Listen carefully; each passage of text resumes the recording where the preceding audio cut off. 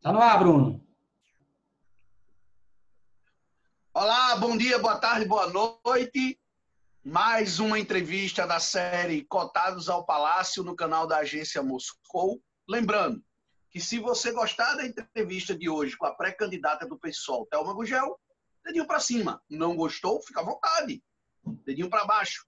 Se inscreva no canal da Agência Moscou para acompanhar nossa série de entrevistas, acompanhar o programa Foro de Moscou e não deixe de ativar o sininho para receber as notificações quando o programa for atualizado. Lembrando que os 1000 primeiros inscritos vão concorrer a 5 livros que a gente está disponibilizando nas nossas redes sociais para você dar uma olhadinha quais são. Você se inscreve no canal e já passa a concorrer automaticamente. A gente precisa atingir 1000 inscritos para poder fazer este programa, nossos programas ao vivo no YouTube. Então, hoje nós estamos recebendo a professora aposentada Thelma Gugel, ex-vereadora e hoje pré-candidata a prefeita de Mossoró pelo PSOL. Bom dia, boa tarde, boa noite, professora Thelma Gugel. Seja bem-vinda ao nosso programa.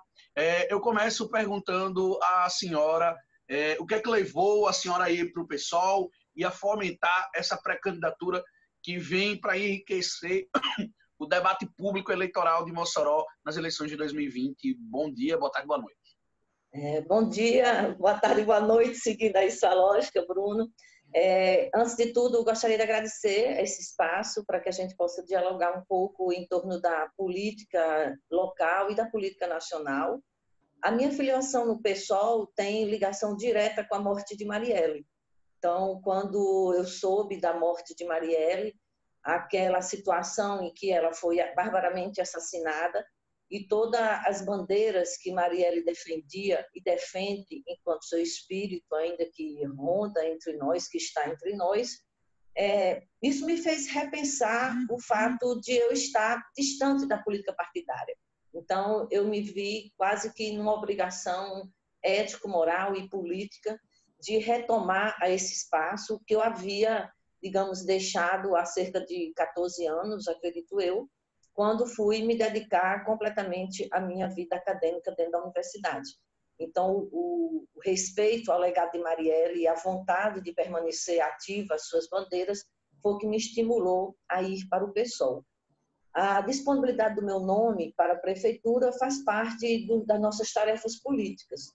Então, nós estamos dentro de um processo urgente da necessidade da reconstrução da esquerda no Brasil, da necessidade de se consolidar um campo político ideológico que reforce a luta pelo socialismo e pelo fim das desigualdades, e um debate e uma apresentação desse ponto de vista numa disputa municipal é extremamente importante. Então, eu sou uma mulher, digamos, eu comecei minha militância partidária aos 18 anos de idade, e eu sempre fui uma mulher de decisões de partido. Então, eu sou uma mulher extremamente vinculada a essa lógica, né, de organização partidária, e é por isso que eu disponibilizei meu nome para essa disputa. Mas também te digo, Bruno, que nada está fechado na nossa tática. Então, meu nome está colocado como pré-candidata, mas nós podemos também rever essa posição dentro do PSOL e a apresentação de outros nomes também. Mas, por enquanto, é o meu nome que está apresentado para se colocar como a pessoa que vai debater a política do PSOL dentro dessas eleições. Thelma, sobre essa colocação que você fez da reconstrução da esquerda e você se colocar disposta também nesta luta, se fala muito também na questão da união da esquerda aqui em Mossoró para tentar destruir o rosalbismo, sua dinastia rosada, de longo tempo, né? Agora, de que maneira você vê que pode haver essa reconstrução da esquerda? O PSOL ele tem agido de uma forma nesse sentido em algumas cidades, né? Você vê que o Marcelo Freixo está conversando com o Partido dos Trabalhadores do Rio de Janeiro, né? Quando na eleição anterior, para enfrentar o Crivella, o pessoal recusou esse apoio, né? Agora já está vendo uma forma diferente. Parece que o momento exige realmente essa união, não é? Exato, William. Na realidade, a história do PSOL é muito vinculada com a própria história do PT.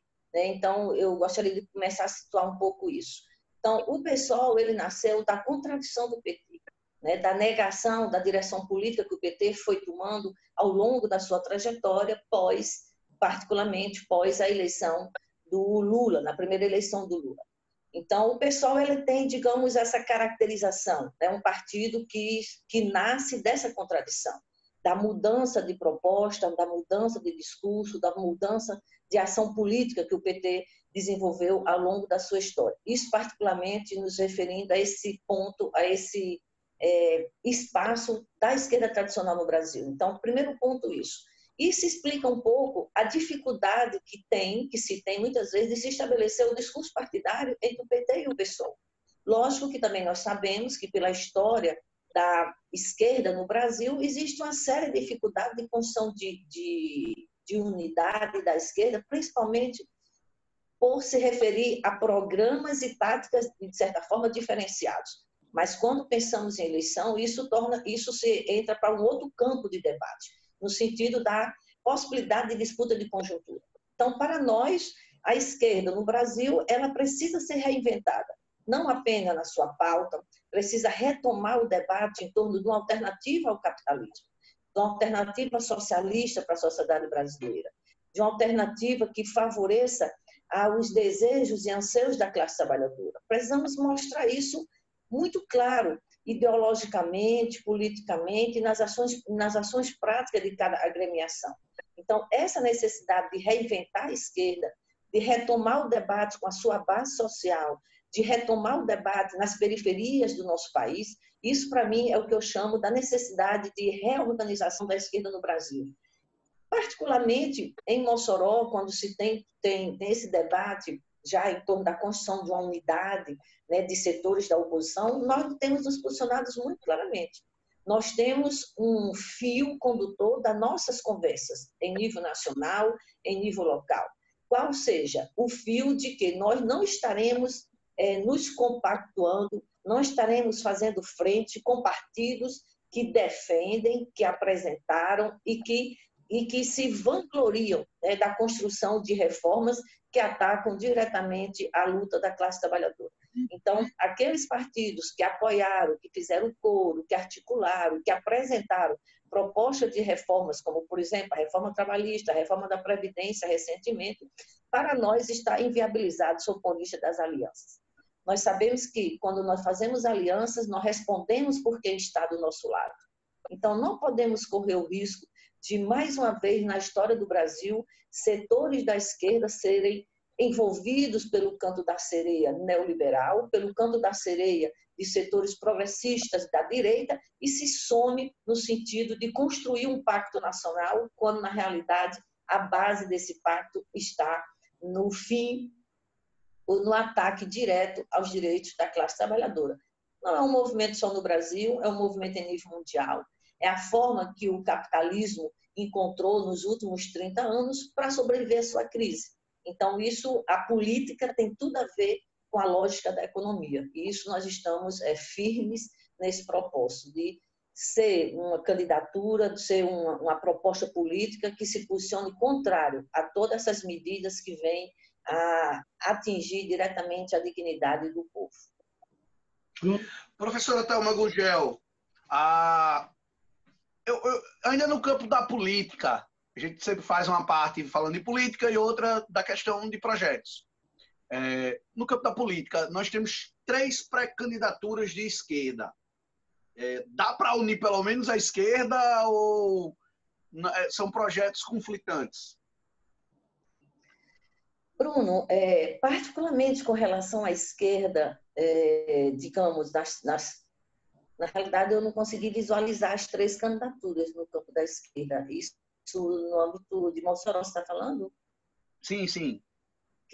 Quem seriam, no caso assim? A senhora Isolda e Gutenberg. Ah, bom, certo. Então, infelizmente, nós temos aí um problema grande nas nossas mãos, né? Que é o fato de que o governo de Fátima Bezerra, representado aí nessa sua caracterização, tanto por Isolda como por Gutenberg, ele está cometendo, para nós, graves erros com relação à condução da direção política do Estado. Então, a apresentação, desde o início do governo, tem sido claro a posição que eles têm assumido no sentido de preservar um status quo na política que não representa o interesse maior da classe trabalhadora no nosso Estado. Então, o governo ele teve iniciativas importantes que podem ser aplaudidas, mas teve, na sua grande maioria, atitudes que só fizeram reforçar a velha política.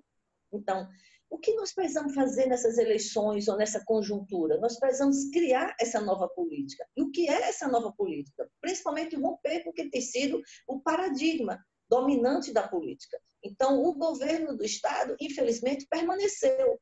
Permaneceu quando dissociou o reajuste de trabalhadores do Estado, permaneceu quando não conseguiu comprar briga com setores do judiciário e do legislativo para devolução de suas sobras de caixa, está extremamente agressivo à dignidade da classe trabalhadora e dos servidores do Estado com a proposta da reforma da Previdência.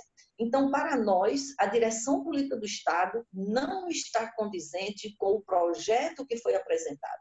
Nós estamos vendo que o Estado e o PT e o PCdoB, que fazem parte dessa aliança, estão reproduzindo a política que nós questionamos há anos nas ruas do Estado do Rio Grande do Norte. Então, para mim, está bem difícil a concretização dessas alianças nesse sentido de que defesa nós vamos fazer.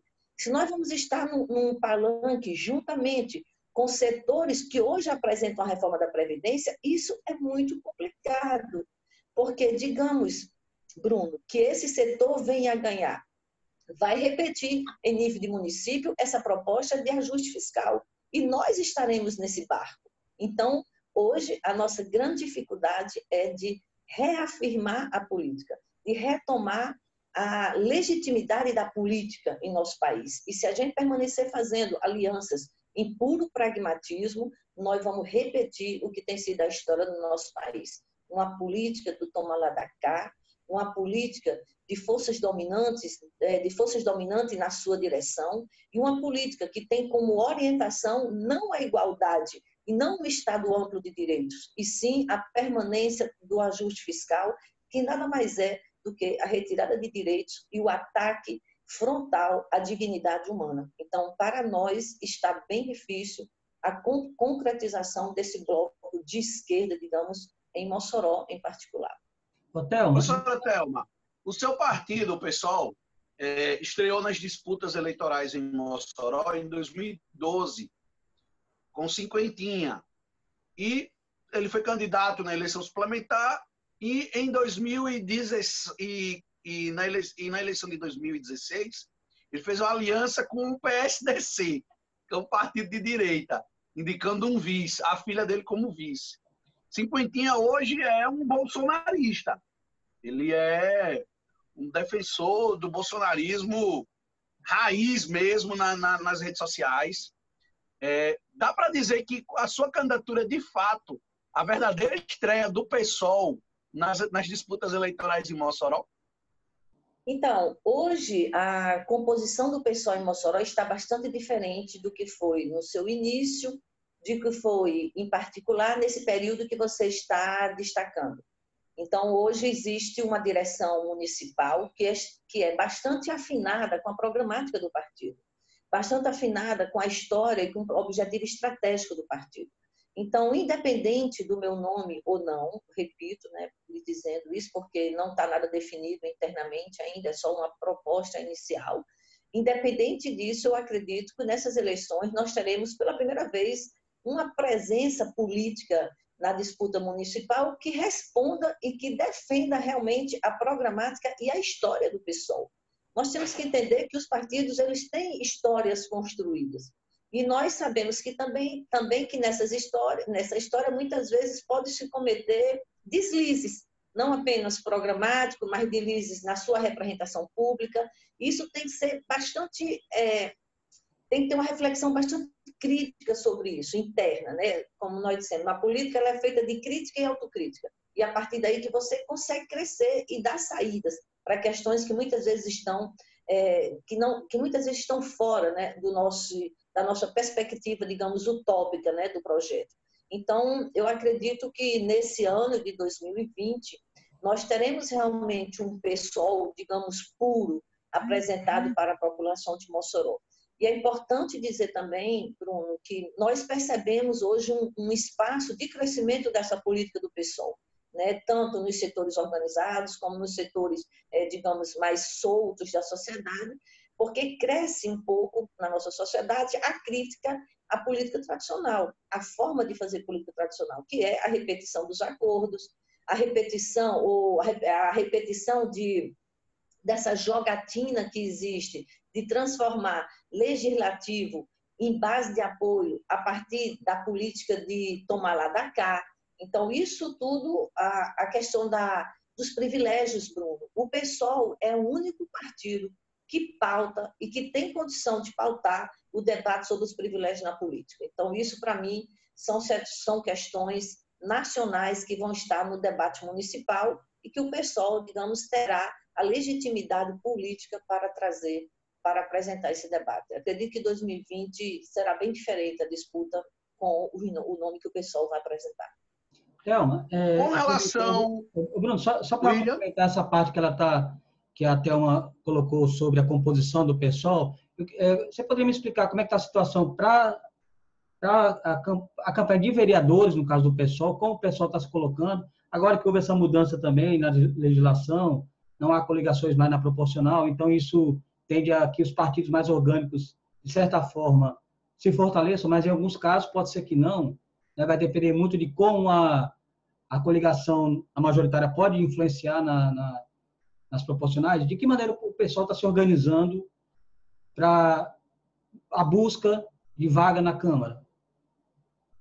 William, uma avaliação que nós temos hoje é que o PSOL vai fazer a sua vereadora. O PSOL vai ter essa vaga garantida na Câmara Municipal. Seja pela mudança na legislação eleitoral, como você já explicou, seja pelo crescimento da nossa base social, que hoje o PSOL ele tem se consolidado em alguns setores que são importantes, também pela falta de credibilidade no que tem sido a política tradicional. Nossa própria votação para senadora, nós tivemos uma campanha bem pequena, uma campanha bem reduzida, e nós tivemos uma boa votação em Mossoró, uma boa votação no Estado, dentro das condições da nossa candidatura, mostra exatamente esse caminho que o pessoal tem a construir e esse espaço que o pessoal tem a ocupar. Então, nós acreditamos que nós iremos eleger a nossa bancada, uma bancada tem nomes assim, mas né? nomes mais postos? Então, hoje a gente tem discutido internamente muito em torno de uma estratégia, de uma tática que o pessoal tem usado em nível nacional e que tem dado bastante certo, né? Que é o caso dos mandatos coletivos. Ou seja, nós vamos juntar 3 pessoas para fazer uma campanha só, para eleger uma delas, né? Então, assim, num só mandato. Então, um mandato coletivo que divide desde a campanha até a execução do mandato, as ações políticas e tudo o que nós ter de garantia dentro de um gabinete. Então, nós estamos hoje na construção dessa chapa, digamos, do mandato coletivo. A nossa ideia é lançar uma chapa com 3 mulheres que atuam em em espaços diferentes, que vão responder demandas diferentes da sociedade. Fora essa chapa coletiva, nós estamos conversando com professores da rede básica, da rede dentro da universidade, estamos fazendo um processo de sensibilização, realizando um processo de sensibilização de militantes, homens e mulheres, jovens, para que apresentem o seu nome para essa disputa. Não está sendo fácil. Talvez esse momento seja um dos momentos mais difíceis de composição de chapa de proporcional em partidos como o PSOL, porque você sabe que cada vez mais o poder econômico está presente na disputa política. Então, cada vez mais as candidaturas, mesmo que tenha havido uma redução sob o ponto de vista dos instrumentos que as candidaturas podem usar, mas nós sabemos que o poder econômico é fundamental, né? Vamos lembrar que hoje algumas eleições, por exemplo, foram determinadas principalmente por pessoas contratadas ou compradas para aumentar o fluxo daquela candidatura na rede virtual. Então, isso traz bastante desafios para os partidos pequenos, digamos assim, como o PSOL, no processo do convencimento da sua militância. Por outro lado, esse convencimento tem sido difícil também pela própria falta de credibilidade na política e nas apostas, né? Então, isso tem sido superado pelo partido a partir de conversas individuais que nós estamos fazendo com várias pessoas. Algumas pessoas que já foram candidatas vão repetir suas candidaturas, esperamos por isso. Nós estaremos apresentando novos nomes na política e temos convicção de que nessas eleições nós iremos ocupar uma cadeira na Câmara Municipal com absoluta certeza. Bruno? Eu queria fazer uma última pergunta sobre política, para a gente poder entrar sobre as questões de Mossoró, sobre os projetos. Eu queria saber qual a avaliação da senhora sobre o desempenho da esquerda em Mossoró nas eleições de 2012, 2016 e 2018. Se a senhora fizer um recorte nos números, a senhora verá que Gutenberg Dias, não sei se a senhora o considera de esquerda, só pode discordar nisso, já que setores do PSOL não necessariamente considera todo mundo que se diz de esquerda, né? Mas ele teve o melhor desempenho de um candidato de esquerda a prefeito de Mossoró. Ele praticamente dobrou o recorde que era de Luiz Carlos em 92, ano em que a senhora foi eleita vereadora, inclusive. Ele praticamente dobrou esse recorde. E na eleição de 2018, Fernando Mineiro e Natália Bonavides, que não são de Mossoró, juntos somaram mais de 18 mil votos. Foi uma votação muito grande deles. Chegou quase perto de 20 mil votos, eu não estou com o número exato aqui, mas foi uma votação surpreendente para federal aqui na cidade. E se elegeu uma deputada de esquerda, ou seja, a esquerda em Mossoró mudou de patamar. Como é que a senhora vê isso e se dá para o pessoal ocupar pelo menos uma parte desse espaço de crescimento da esquerda, que eu acho que é muito reflexo também da polarização que despertou em muita gente um posicionamento mais ideológico na cidade? Exatamente. Eu acredito que as eleições, em particular as eleições de 2018, elas foram bastante polarizadas. Mossoró teve uma situação particular, né, que foi, nós não tivemos, digamos, uma candidatura de esquerda da cidade. Né? Nós não tivemos. Não houve nenhum nome de esquerda lançado por Mossoró na disputa das eleições de 2018, em particular para deputado federal. Então, as votações que tiveram os candidatos do PT demonstrou exatamente isso, né? Há esse campo que existe em Mossoró para a disputa da esquerda. Aliás, em Mossoró nós tivemos um candidato do PSOL, mas com a densidade eleitoral pequena, né? Que foi o Audiclésio, que é lá do Tarcísio Maia, que inclusive ontem recebeu uma carta de transferência, né? O Tarcísio Maia, a direção do Tarcísio Maia está transferindo, né, o Audiclésio devido à sua atitude dentro do hospital de estar questionando os problemas que existem de direção e de funcionamento do hospital. Então, queremos registrar isso, né, que o pessoal, inclusive, está se posicionando publicamente como contrário a isso e chamando a atenção que não podemos retroagir na história ao ponto de os opositores serem isolados, né, do seu ambiente de trabalho em função da sua posição crítica. Então, prezamos que o Tarcísio Maia, a direção do Tarcísio, reveja essa atitude autoritária que fez com o nosso companheiro Audiclésio. Então, a esquerda em Mossoró tem um espaço importante. Eu digo a você, o PCdoB, o PT, o PCB, são partidos que têm trajetória de esquerda, mesmo que, ao longo da sua caminhada, tenham mudado, em alguns aspectos, sua tática, sua estratégia, seu programa. Então, isso mostra que Mossoró tem essa raiz, tem essa possibilidade, tem essa necessidade dessa luta de esquerda. E a gente pode até voltar um pouco na história. Ora, Mossoró foi a cidade que iniciou o movimento da Intentona Comunista, em 1934. Então, isso mostra que existe essa raiz de esquerda no município. O Sindicato dos Garranchos foi um sindicato importantíssimo na luta nos anos 30. Né? Então, isso mostra Já tinha tido um deputado de herança. esquerda também, Cesário Clementino, nos anos 50. Exato, Reginaldo. Então, isso mostra essa tradição de esquerda em Mossoró. Mas é uma tradição que, ao longo também da sua história, foi cooptada. Vamos lembrar 82, o voto Camarão, vamos lembrar vários momentos da conjuntura em que as oligarquias conseguiram cooptar lideranças. Em 2016, 2016, né, que foi a do... De Gutenberg. Sim. Não, do vice-prefeito que assumiu lá, o presidente da Câmara, que teve aquele problema. Foi 2014. 2014. 2014 foi um caso emblemático também. Né? Pela primeira vez, o PT compôs dentro de uma chapa e foi um desastre. Né? Então, isso eu retorno essa situação para dizer a dificuldade e os desdobramentos que pode ter uma política de aliança. Então, para mim, assim, existe esse campo, está em crescimento, é importante que seja fortalecido. O pessoal pode ocupar? Pode.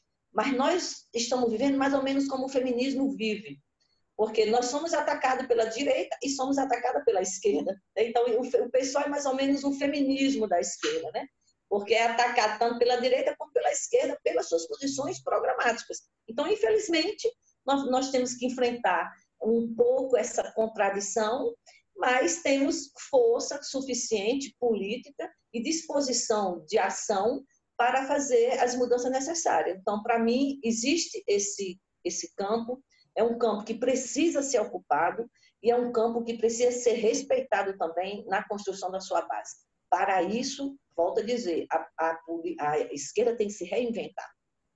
Ora, nós fizemos agora, no 8 de março, por exemplo, um encontro com mais de 100 mulheres em Mossoró, mulheres populares. Essas mulheres foram mobilizadas a partir dos bairros. Então, nós precisamos retornar essa política de base, retornar essa visita nos bairros, essa articulação, para acender essa chama da resistência, que somente assim a esquerda pode ocupar o seu espaço a partir de um grande apoio popular. Você acha, Thelma? Professora Thelma, vamos falar um pouquinho de projetos. A senhora, como vereadora, quando foi vereadora, deixou um legado que é na área cultural, de leis de fomento. Como é que a senhora avalia hoje a política cultural da prefeita Rosalba Ciarline? Eu sou daquelas que digo, e tenho cada vez mais convicção disso, a partir do momento que nós fizemos essa mobilização que encontrou o 8 de março, é a história de que Mossoró ela está praticamente sem política. Né? Se nós pensarmos a cidade em todos os seus aspectos, ela está, digamos, como a gente diz, ao léu. Né? Ela mantém minimamente as coisas que precisam ser mantidas, mas em termos de política social, em termos de políticas públicas, em todos os seus aspectos, ela está extremamente fragilizada. E com uma direção política que respalda o ultraneoliberalismo, que respalda exatamente a redução desse Estado, a redução desses direitos. No âmbito da política, infelizmente, nós não temos nada salvo o Mossoró Cidade Junina. As ações que existem no Mossoró Cidade Junina. Então, salvo esse momento específico, Mossoró é praticamente sem política de cultura. Não quero desconsiderar também a importância que é a escola de artes, sob o ponto de vista do acesso popular à cultura, aos instrumentos, a todas as possibilidades de expressão cultural. Isso é um elemento à parte, mesmo com toda fragilidade de estrutura que a escola tem, mas é um elemento importante da política de cultura. Mas Mossoró está completamente sem rumo nesse aspecto, do seu ponto de vista do que significa estímulo à política de cultura, que seja reforçar as iniciativas populares. Mossoró tem um movimento importantíssimo do Islã, que é a poesia de periferia, algo que vem crescendo no Brasil, e isso é completamente despercebido da ótica da cultura municipal. Mossoró tem uma experiência incrível, já tradicional na cidade das quadrilhas, e o que é que tem acontecido com esse povo, mesmo com a política dirigida diretamente para o Mossoró Cidade Junina. O carnaval de Mossoró praticamente foi eliminado por falta de apoio público. Então, e o mais grave, como você retomou com relação à nossa lei da cultura, o mais grave é que não existe em Mossoró o bônus, que é o bônus que garante o desconto de IPTU e de outros impostos do município para favorecimento da cultura. Então, apesar de ter um conselho, apesar de ter implementado a particularidade da lei da cultura, nós não temos o financiamento da cultura. Então, isso, para mim, é algo que merece ser chamado a atenção. Eu queria saber também, professora, como é de modo geral, como você faz essa avaliação aí do governo Rosalba, também do seu ponto de vista de chegar mais, não só do ponto de vista de eventos culturais, mas do ponto de vista das populações mais afastadas, da periferia mesmo. O que a gente percebe, por exemplo, nos últimos tempos, principalmente com relação às chuvas que atingiram a cidade e deixaram... Não estou muito bem, William. Não está escutando bem? Não. Pode falar mais alto. Deixa eu ver se tem alguma coisa com o meu microfone aqui, mas eu posso aumentar. Será que ele está ouvindo agora? Melhorou? Vai lá. Então, assim, mais assim, sobre a questão da ação da prefeitura com relação à periferia. A gente sabe que muitas ações da prefeitura têm se concentrado no centro da cidade, em algumas áreas mais elitizadas e em eventos turísticos onde com pouca participação realmente popular.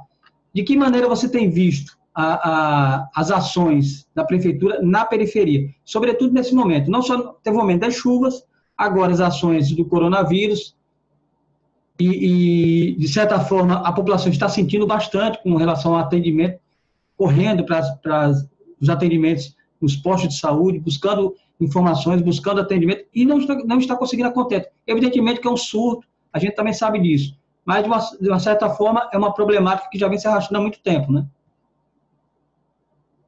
Olha só, retornando um pouco ao que nós vivemos na preparação do nosso 8 de março.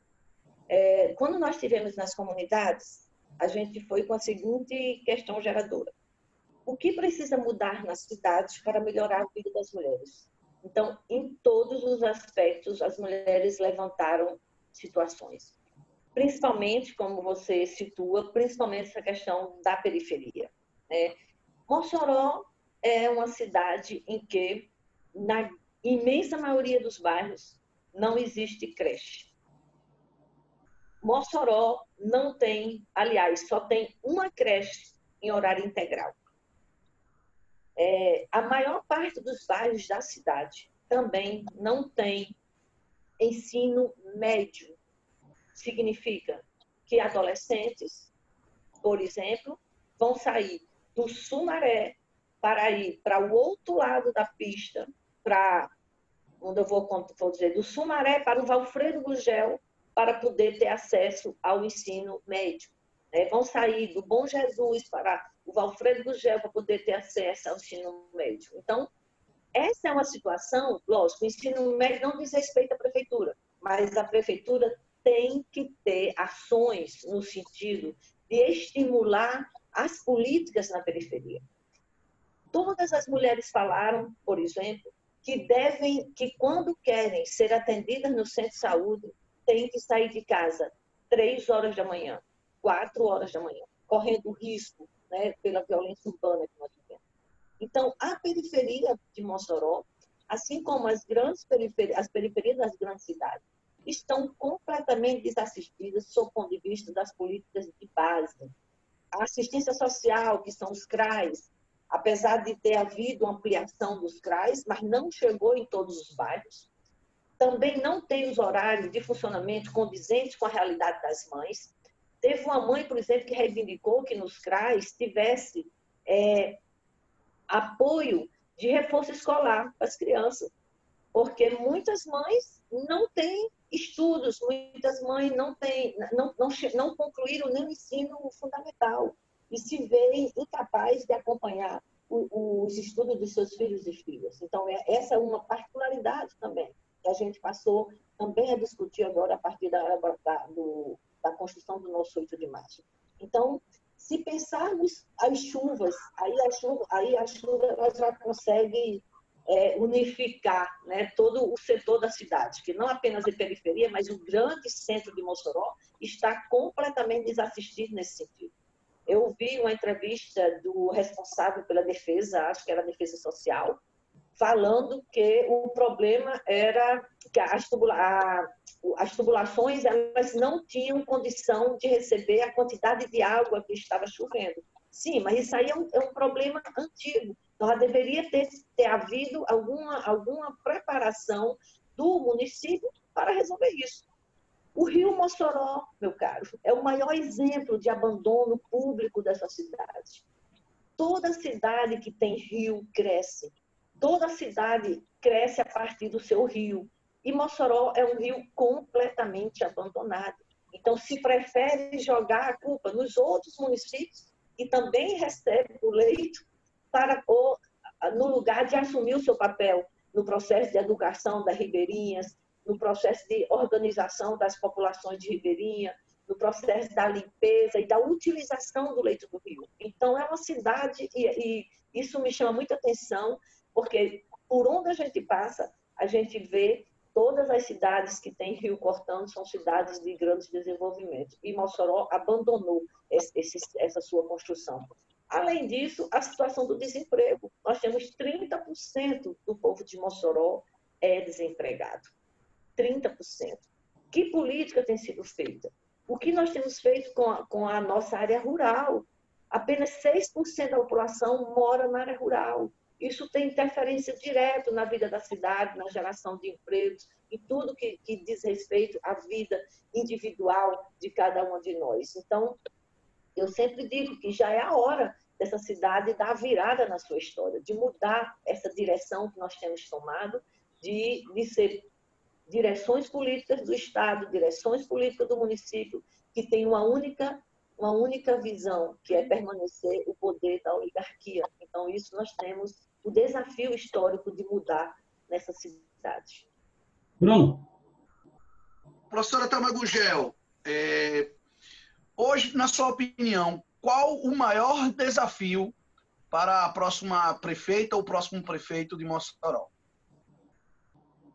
Eu acredito, o desemprego, a política de geração de renda e emprego, para mim, é fundamental. Para mim, teríamos dois desafios para centrais. A questão do combate ao desemprego, com iniciativas de geração, de qualificação, de financiamento, tudo que for possível ser feito em nível do município, para que a gente possa retirar essas pessoas, que são 30%. Nós temos uma cidade com 280 mil habitantes, 30% está em situação de desemprego. Isso sem falar nos subempregados, naquelas pessoas que vivem na informalidade, etc. Então, para mim, esse é um ponto central. E o outro ponto que nós temos é a questão da educação, de dar garantia às famílias para que seus filhos vão estar dentro da escola. Porque, Bruno, ao lado de tudo isso, nós vivemos o crescimento da violência urbana, uma violência marcada por situações que vieram de fora para dentro da cidade, né?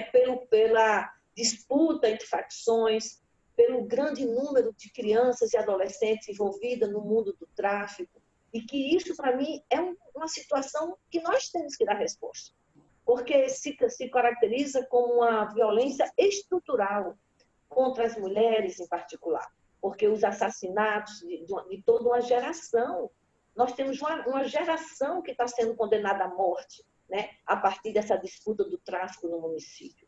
Né? Como nós dissemos, é o terceiro estado, né, que funciona em nosso país. Então, para mim, a geração de empregos e rendas com qualificação, com condição de disputa no mercado, eu lembro muito disso quando nós falamos das mulheres. Não é ensinar a mulher a fazer crochê para vender pano de prato.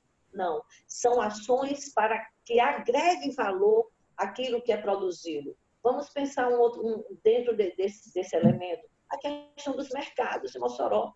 Isso é outro elemento que precisa ser visto no âmbito dos empregos também. né, que valorizar esses espaços públicos amplia as possibilidades de emprego e renda para as pessoas. Então, esse elemento do emprego e a questão da educação, para mim, é fundamental, no sentido de a gente preservar as próximas gerações. Quem vai construir a cidade se a gente continuar a cruzar os braços frente ao que está acontecendo com o assassinato diário de jovens de 12, 13, 14, 15 anos? Então, isso não é responsabilidade da família, isso não é projeto de vida de ninguém, isso é resultado de questões sociais, de problemas que estão na raiz da estrutura, né? Que estão na estrutura da sociedade. E isso precisa ser visto pelos poderes, dentro dos seus limites, dentro das suas possibilidades, mas sempre tendo em conta que a política ela é, acima de tudo, a garantia da cidadania, de que as pessoas se sintam bem no seu município. Então, vamos encerrar, Bruno? Vamos encerrando. Eu queria agradecer a professora Thelma pela disponibilidade em participar do nosso programa, da nossa série de entrevistas, e dizer que o Foro de Moscou, a Agência Moscou, enfim, está sempre aberta para lhe ouvir, para abrir espaço para o pessoal e para todas as forças políticas da cidade. Ok? Só ficar à vontade para deixar sua última mensagem. Muito obrigada mais uma vez. Espero que a gente continue nossa conversa e que a gente tenha nesse ano, finalmente, uma mudança radical na direção política desse município. Eu sou dessas que, quanto mais profunda a crise, mais é viável uma saída dirigida para a classe, né? Então, para mim, é fundamental nesse processo eleitoral. Muito obrigada pela oportunidade. Espero a gente se encontrar em outros momentos. Obrigado, professora Thelma. E lembrando a todos que curtam esse programa, dê seu like, dê seu dislike, compartilhem, se inscrevam no canal da Agência Moscou no YouTube, isso é muito importante para iniciarmos as transmissões ao vivo. Ao inscrever-se, também vai concorrer a livros, está aí o Bruno mostrando os livros que você vai concorrer, e você também vai ajudar a difundir o jornalismo pela democracia.